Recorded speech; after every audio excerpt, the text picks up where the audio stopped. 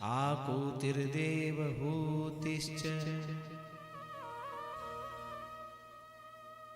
आकुति, देवहूति और प्रसूति, ये तीन कन्याएं करदम जी महाराज की हुई। आकुति, देवहूति और प्रसूति। आकुति का विवाह रुचि प्रजापति के साथ में हुआ। माता देवहूति का विवाह करदम ऋषि के साथ में हुआ। देखिए, करदम जी एक ऐसे महात्मा हैं जिन्होंने अच्छी पत्नी प्राप्त करने के लिए तपस्या की। ऐसी माताएं तो बहुत हुई हैं जिन्होंने अच्छा पति प्राप्त करने के लिए तपस्या की है, पर हमारे करदम जी ऐसे संत हैं जिन्होंने अच्छी पत्नी प्राप्त करने के लिए तपस्या की। क्यों? क्योंकि सजनों, घर कोई ईंट पत्थरों का बनाने से घर नहीं होता कि आपने बहुत सुंदर बंगला, कोठी, मकान बना लिया। ये घर घर नहीं है। घर गृहिणी से होता है।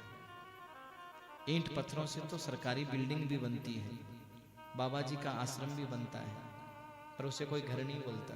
हाँ, इस मंदिर का ये भवन भी बना हुआ है ईंट पत्थरों से, पर कोई इसको आज तक घर बोला है? ये मंदिर भी बना हुआ है ईंट पत्थरों से, पर कोई आज तक इसको घर बोला है? ईंट पत्थरों से या शीशे के लगा देने से कोई घर घर नहीं होता है। आज हमारी सोच क्या है? हमारी सोच ये है कि भैया चमकीले धमकीले बढ़िया एकदम बढ़िया फर्नीचर वर्नीचर लगा करके बना लो, बस यही घर है। घर ये नहीं है। ये तो महाराज एक से एक आश्रम खड़े हैं, मंदिर खड़े हैं, सरकारी बिल्डिंगें खड़ी हैं। हाँ, घर वहां, घर उसे कहते हैं जहां पति और पत्नी दोनों प्रेम से रहते हैं, जहां गृहिणी रहती है, उसका नाम घर है। उसका नाम। और दोनों में अगर प्रेम नहीं है तो चाहे कितने भी ईंट पत्थर जोड़ लेना, कोई मतलब नहीं है, कोई फायदा नहीं है। एक बात ध्यान रखिएगा, करदम जी महाराज इस कथा के माध्यम से शिक्षा देते हैं क्या, कि देखो भैया, अगर पति और पत्नी में आपस में प्रेम है तो झोपड़ी भी महल से कम नहीं है, और अगर प्रेम नहीं है तो सोने चांदी के बने हुए महल भी किसी काम के नहीं है। सिर फोड़ते रहना कोई मतलब नहीं है। आज सजनों, पति और पत्नी के बीच में घर को लेकर के बड़ी लड़ाइयां होती हैं। पत्नी कहती है तुम्हें शर्म तो आती नहीं है, तुम्हारे भाई ने तो इतनी बढ़िया कोठी बना ली और तुम टूटे फूटे में रहते हो।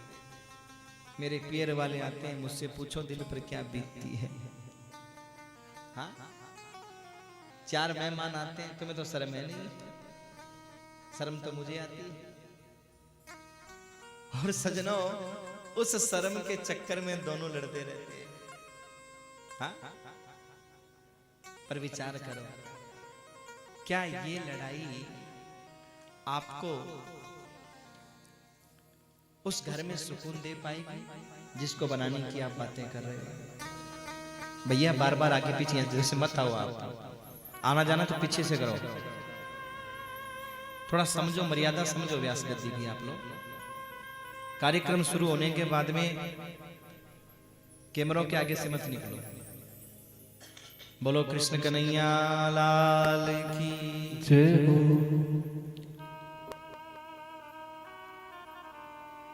करदम जी महाराज ने अच्छी पत्नी प्राप्त करने के लिए तपस्या की।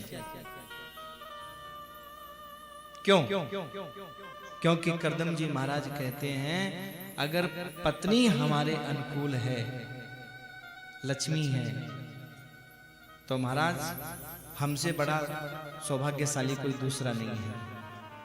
और अगर पत्नी कड़क सा आ गई तो हमसे ज्यादा दुखी दुनिया में कोई दूसरा। हाँ, बहुत बड़ा महत्व है पत्नी का महाराज। पत्नी चाहे तो पति के दुख को कम कर दे, और पत्नी चाहे तो पति के दुख को बढ़ा दे महाराज। ये उसके हाथ में है, उसके हाथ में।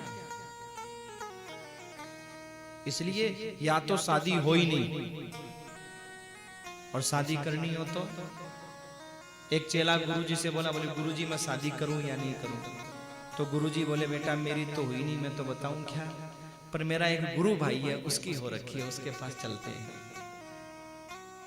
वो बताएगा। हाँ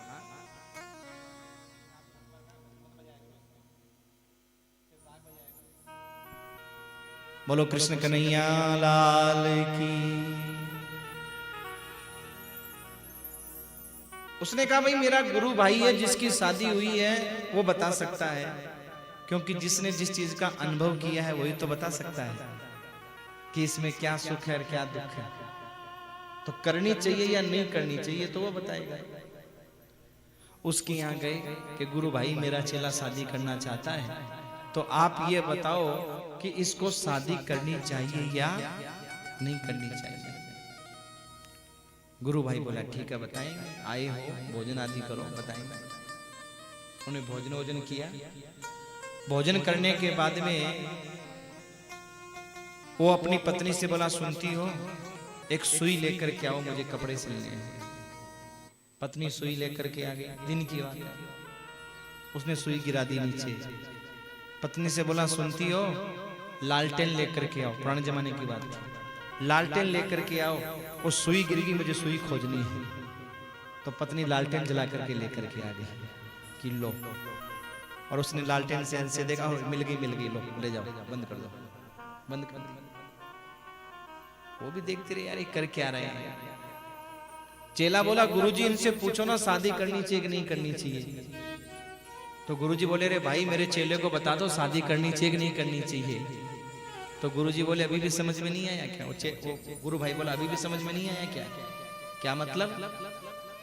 बोले अगर ऐसी पत्नी हो कि पति की हर बात पर विश्वास करे, वो कह दे दिन नहीं रात है तो रात ही है, तब तो शादी करो।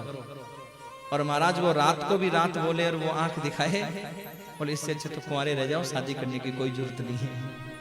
कोई लड़ने, जिंदगी को नरक बनाने से क्या मतलब महाराज। आज आप देखिए गृहस्थी की गाड़ी के दो पहिया हैं, एक का नाम है पति, एक का नाम है पत्नी। जब दोनों मिलकर के चलते हैं तो गृहस्थी की गाड़ी मंजिल पर पहुंचती है।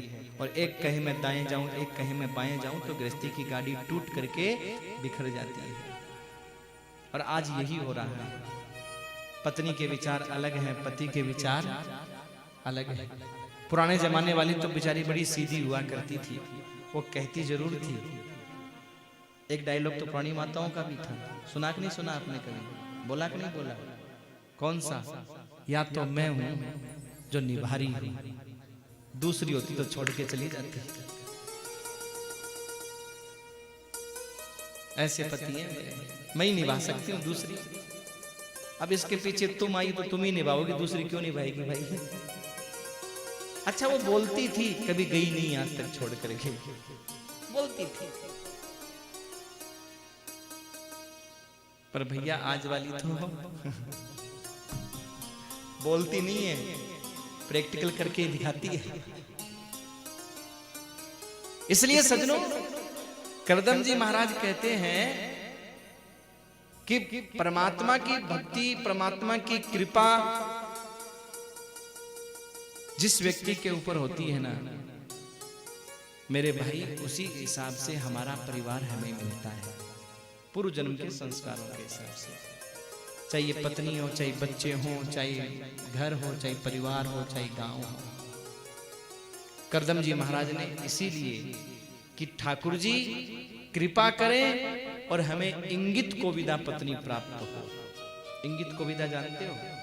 इंगित कोविदा उसे कहते हैं कि घर में मेहमान आए तो पति को बोलना नहीं पड़े कि इस मेहमान के लिए केवल पानी लेकर के आना है या साथ में चाय नाश्ता दिलाना है, इशारों से समझ जाएगा। एक पत्नी होती है जिसके लिए पति बार बार चिल्लाती है, अरे सुनते हो कुछ पानी वानी तो पिला दो, और वो कह रही है आ रही हूं तो मर रहे हो क्या?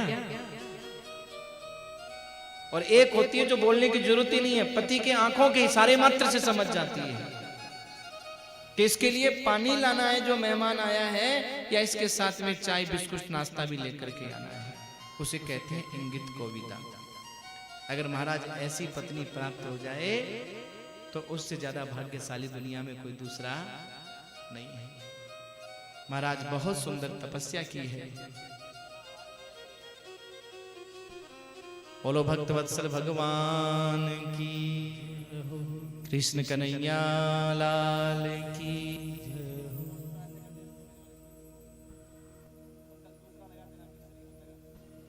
बोलो राधा रानी की जय जय श्री राधे।